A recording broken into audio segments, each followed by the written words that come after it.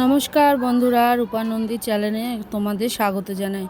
অনেক দিন পর ব্লগ নিয়ে এসেছি, তো দেখতে থাকো একটা ছোট্ট মিনি ব্লগ। এই ব্লগটি তোমাদের সাথে শেয়ার করছি, কারণ এই ব্লগটি শেয়ার করতে আমার ইচ্ছা করছিল না, কিন্তু আমার মা বলল যে ভিডিওটা করে রাখ, সে এমন জায়গায় রাখ যাতে ভিডিওটা যেন ডিলিট না হয়ে যায়।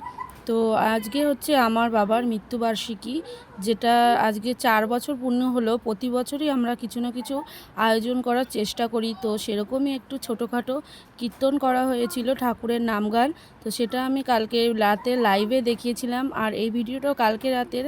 আজকে আমি এডিট করতে বসেছি, কিন্তু ভালো লাগছিল না করতে। তা কি করব, ভিডিওটা কোথায় সেভ করে রাখা যায় বলে ভাবলাম যাই ইউটিউবেই রেখে দিই। তো তোমাদের সাথে এই সব কিছু শেয়ার করি। তো অনেক দিন ধরে আমি আমার ফোনটা খারাপ ছিল বলে কোনো ব্লগ দিতে পারিনি, তো আজকে আমি ব্লগ দিচ্ছি, কারণ আমার বড় আমাকে একটা নতুন ফোন এনে দিয়েছে।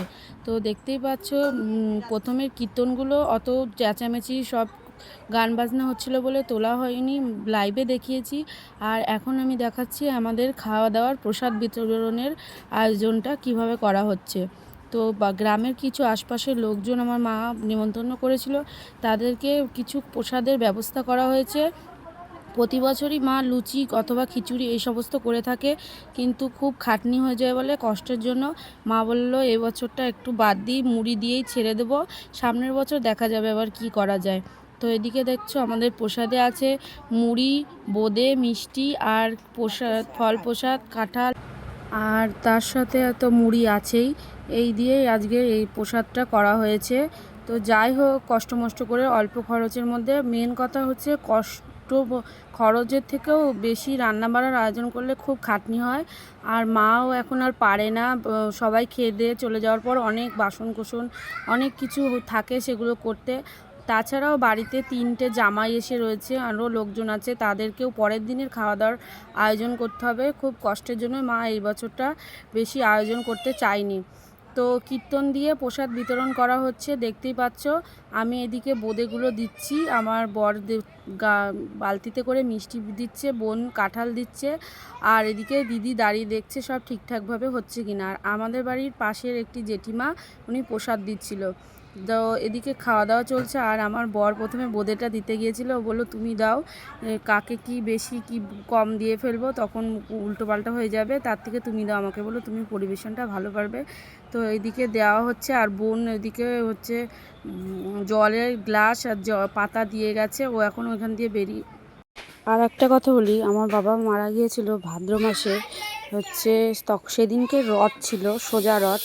তো আজকে 4 বছর পূর্ণ হলো। প্রতি বছরই মা একটু আয়োজন করে থাকে, আর সেই দিনটা খুব দুঃখের দিন। কিন্তু বাবার কাছে আমরা 4টে বোন, 4 মেয়ে হলে কি হবে, আমরা খুব আদরের ছিলাম।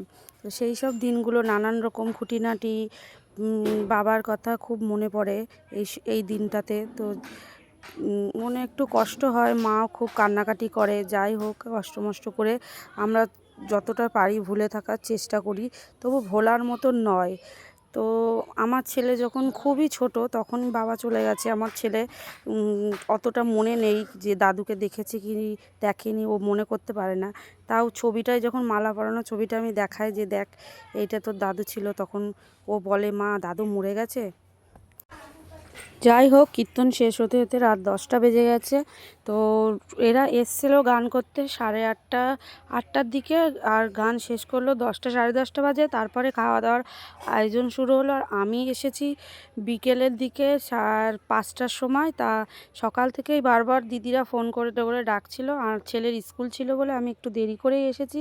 তো এসে দেখি কিছুই আয়োজন হয়নি, এই সমস্ত তিরপল টানানো হয়নি, সব আমরা আসার পর জামাইবাবু আর আমার বোনাই টোনাইরা মিলে করলো। আমার বড় একটু দেরি করে এসেছে, ও দই মিষ্টি আনতে গিয়েছিল বলে ওর একটু লেট হলো। তো এইভাবে সবাই মিলে আয়োজন করা হলো। আর আমার যেহেতু ভাই বা দাদা কেউ নেই, আমাদের বাড়ির জামাইরাই সমস্ত কাজগুলো করে থাকে, আর আমিও